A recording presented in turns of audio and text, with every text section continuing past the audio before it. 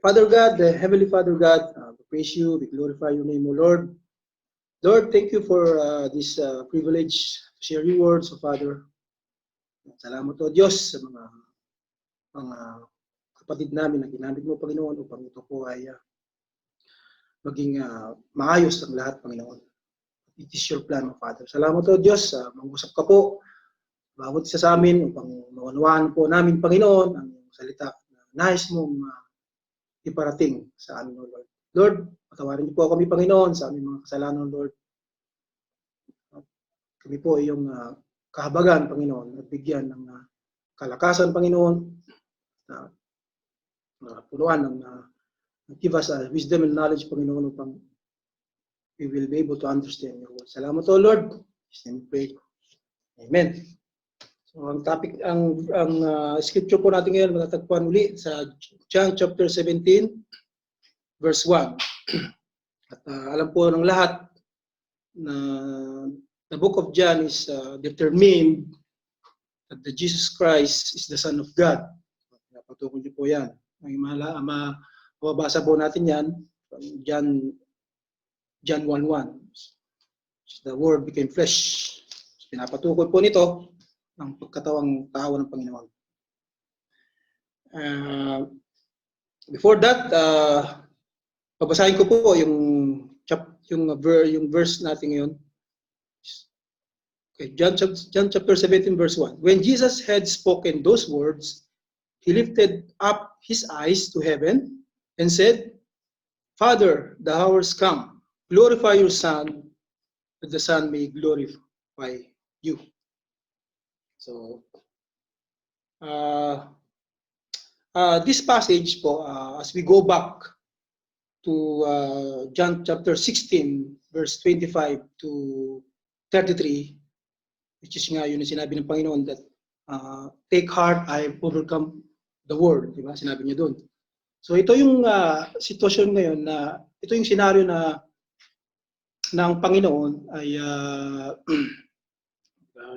kinausap niya yung mga disciple niya doon sa Brook Kidron, Garden of Brook Kidron. Naandun sila, na kinausap siya ng Panginoon. At doon sa pag-uusap nila, kaya nga gusto ko yung sinasabi gusto ko lagi yung sinasabi ni Pastor Jan na kung magbabasa tayo ng salita ng Diyos sa Bible, dalhin natin yung time natin ngayon doon sa time na kung saan ay ang senaryo o story ay nagaganap. Napakaganda po yun. Pagka ganun po yung ginawa natin, definitely po maunawaan natin yung pinapahiwatig ng salita ng Diyos. Nga po, doon sa senaryo na yon, sa chapter 6, John chapter 16, from 25 to 33, kinausap po ng Panginoon ng kanyang mga disciple kung saan ay siya po ay papaalam na dahil na malapit na pong alam mo yun yung ano na siya, yung dadagpin. So ang sabi ng Panginoon doon, I have said these things to you in figure of speech, sabi niya. Kasi nung alam natin, yung figure of speech, alam natin na bawat pangaral ng Panginoon na meron siyang mga, alam mo yun, yung talinghaga na salita. Ang itong mga disciple niya ay ang hirap-hirap unawain. Pero kalaunan ay naunawaan din nila dahil pinapaliwanag din ng Panginoon. Sabi niya doon na the hour is coming when I will no longer speak. So hindi ko na sasabihin sa kanila, sabi ng Panginoon, na dahil nga nalalapit na yung oras, hindi na ako muli magsasalita sa inyo ng talinghaga o figure of speech. Dahil nga gagawin na lang niyang plain, smooth para maunawaan nila. Kaya nga sabi doon ng mga disciple niya, ngayon sabi niya, ito sa verse 29, sabi niya, his disciple said, now you are speaking plainly and not using figurative speech. Now we know that you know all things and do not need to anyone to question you. So para sumagot yung disciple nila na yun nga, hindi na siya kasi wala nang oras kung wala nang time. Gusto lang iparating ito ng Panginoon na yung the Father sa kanya ay naisip parating doon sa mga disciple niya na balang araw, you will ask my name, sabi niya. But I will not, but sabi niya ganyan, I will not say to you that I will ask the Father on your behalf, for the Father himself loves you. And because you have loved me and have believed that I came from God. So yun ang gusto niya parating ng Panginoon. And ngayon, kaya sinagot ng Panginoon, nung pagkasabi nila na, sabi ng mga disciple niya na, now you are speaking now plainly, sabi niya ganyan. Yung sabi ng Panginoon, ngayon, naniwala na kayo. Parang sinabi ng Panginoon na, ngayon, naintindihan nyo na, naunawaan nyo na. Pero sabi niya, nung dinagdag ng Panginoon, behold, sabi ng Panginoon na, dito sa may 32, the hour is coming, indeed, it has come, when you will be scattered, each to his own home. Sabi ng Panginoon, nalalapit na yung oras na kayo ay naiiwanan ako at maghiwa-hiwalay kayo. And then you leave me alone, sabi niya. And yun nga, dun sa senaryo na yun, yung sinabi ng Panginoon sa kanila, kasi alam ng Panginoon ng mga sitwasyon na maghiwa-hiwalay na sila pagdating ng oras na yun, ng kanyang pagdating ng oras na yun, ng kanyang pagdakip ng mga, alam mo yun, mga centurion sa kanya. And then, after that, sabi ng Panginoon, ngunit, sabi ng Panginoon, hindi ako nag-iisa, sabi niya. Sabi ng Panginoon, yet I'm not alone, for the Father is with me. So yun nga, minsan din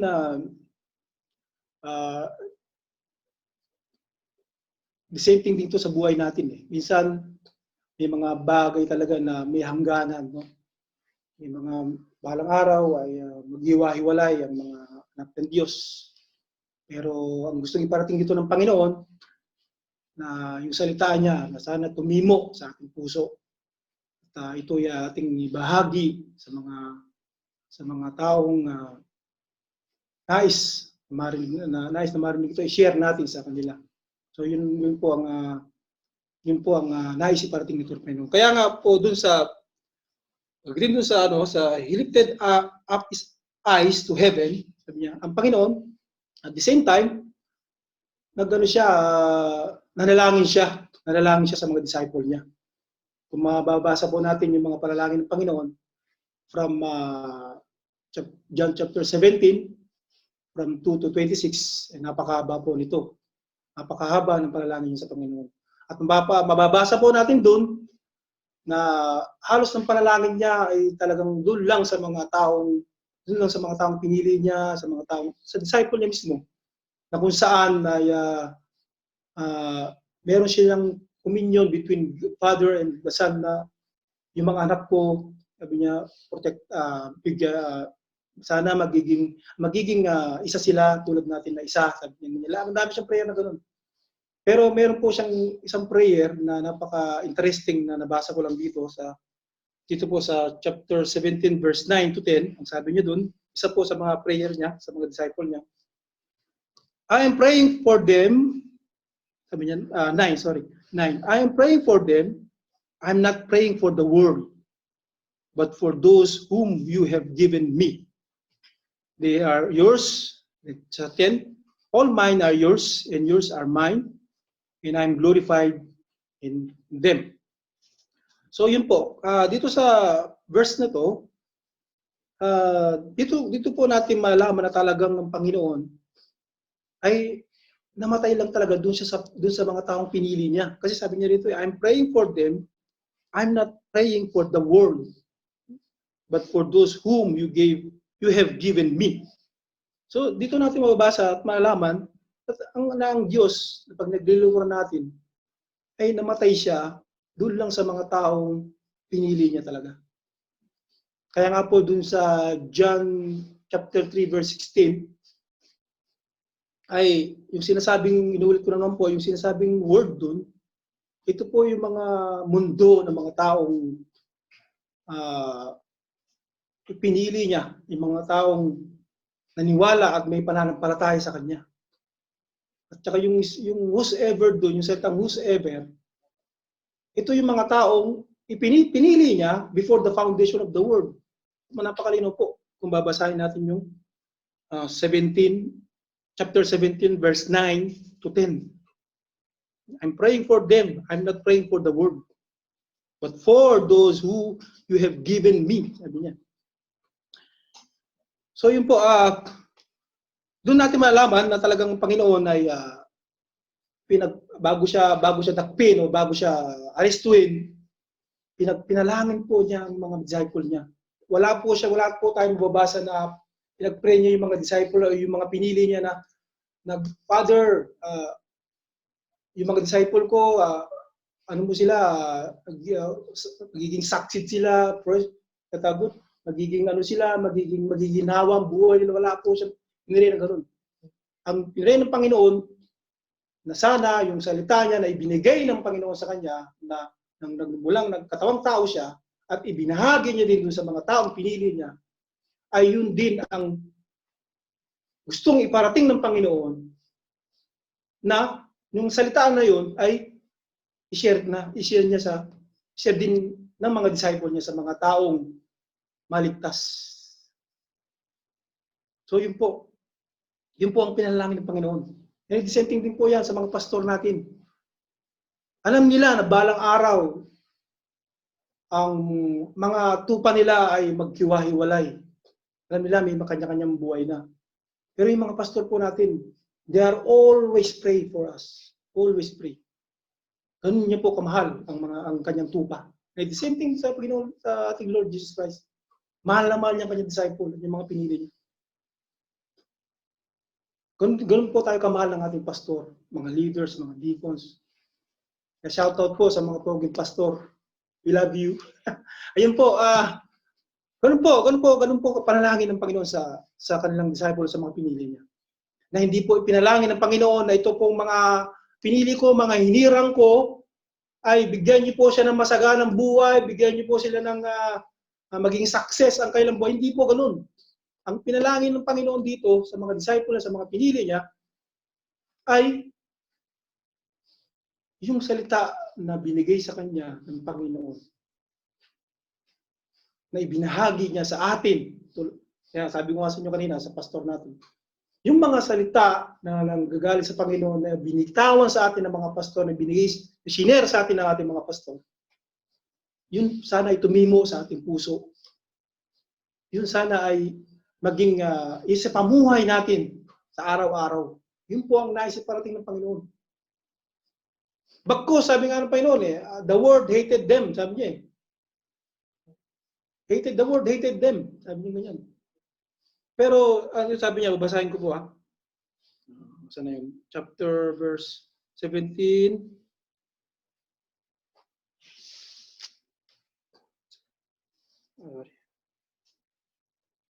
Ayan.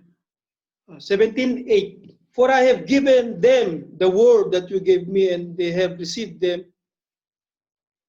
have come to know it truth that I've come from you. They have believed that you sent. Sorry, that's not that.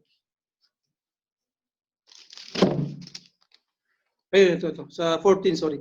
I have given them your word, and the world has hated them. Yun, kailangan Panginoon. Kaya po malinaw na ang high priest at the high priestly prayer ng Panginoon po, ito ay para sa kanyang mga pinili lamang, dun sa mga disciple niya. Amen po ba? So sabi dito, Father, the hour has come. Sabi niya ganyan. The hour has come. Father, the hour has come. Jesus Christ is fully conscious of what was going to happen.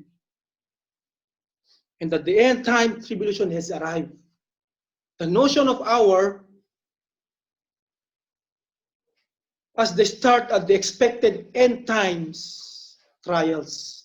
So alam na ng Panginoon yan na ito na yung oras, ito na yung simula, ito na yung time na kung saan ang aking mga pinili, ang aking mga disciple, ay ito na yung simula ng kanilang pagkakaroon ng trials, ng mga suffering. mga persecution. Fully aware, alam ng Panginoon yan, na mangyayari yan sa mga disciple niya. At nangyari nga. Kaya nga po, dun sa, kung babalikan natin yung chapter 17, yung panalangin ng Panginoon sa mga disciple niya, inuulit ko po, wala po siyang pinalangin dun na, yun nga, na maging success yung buhay ng mga disciple na wala po. Bagkus, sinabi niya dito, na ito na yung simula ng mga pinili ko, ng mga disciple ko, ng kanilang ng kanilang trials, pagsubok, mga suffering, ng mga persecution na mangyayari sa buhay nila. So, wag po nating bilang isang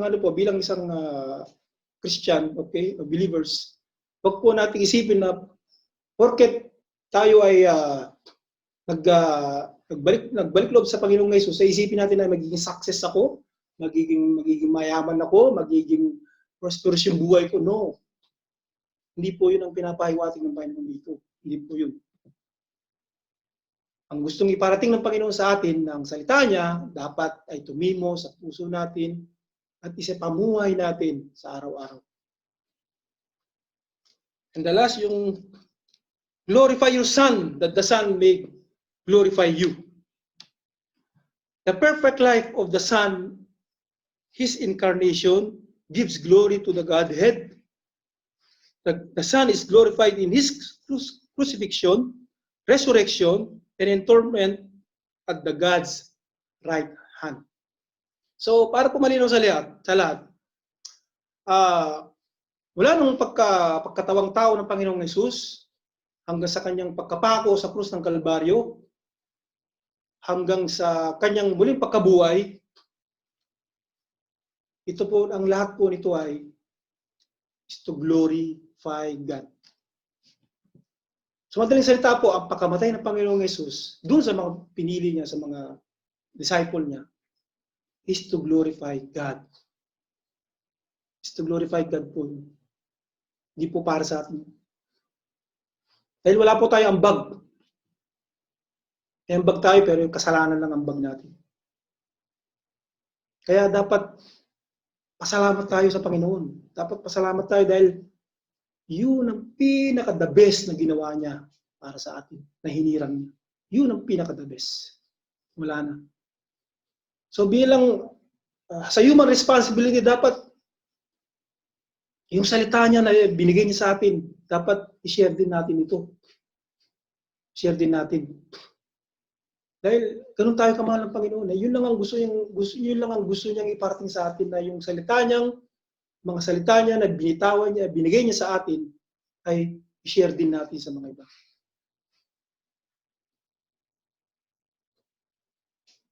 Iba nga ang salvation is available para sa lahat. Available po para sa lahat. Basta ang gawin lang natin, we will surrender our life to Jesus Christ, and karoon po tayo ng pananampalataya sa Kanya, we believe in Him, we accept Him as a Lord and personal Savior. Yun lang po ang gagawin natin. Dahil ang Panginoon po, napakabuti talaga ng Panginoon. Tulad nga po na sinasabi ko, namatay ang Panginoon to glorify God. Hindi po para sa atin yun. So bilang tayo na hinirang niya, we glorified our Lord Jesus Christ. So yun po ang nais parating ng Panginoon. Kaya nga po dun dito sa chapter 17 na to, kung basahin po natin yung buong from 1 to 26, ang nais parating lang ng Panginoon sa atin ay yung magkaisa tayo sa pananampalataya. Dapat mayroon tayong alam niyo yung bilang isang anak niya, mayroon tayong pananampalataya, pag magpalakasan tayo. Huwag nating isipin yung mga bagay na madidistract tayo, focus lang tayo sa Panginoon. So, inulit ko po, ang pagkamatay ng Panginoon is to glorify God. Amen? So, yun lang po ang aking siya ngayong araw. Lord, thank you, Lord. Salamat po, Diyos, sa araw na ito, Panginoon, sa inyong salita, Panginoon, na ang binigay niyo sa amin, Panginoon, ang nais niyo iparating po sa amin, Panginoon, na inyong salita, O Lord, ay aming isa puso, O Lord, isa pamuhay, Father, para sa ganun, Panginoon. Meron po kami mga taong maligtas din, Panginoon, makasama namin sa inyo, Panginoon, sa Lord. Thank you, O Lord, sa mga kapatid namin, sa mga pastor namin, Panginoon, na hanggang ngayon, Panginoon, ay patuloy po silang guide sa amin through your words, Father. Salamat po sa buhay nila, O Lord. Bigyan niyo po sila ng kalakasan, O Father. Tuloy niyo po silang gagamitin lamang sa inyong kalakasan. Salamat, O Lord. Muli, in Jesus' name we pray. Amen.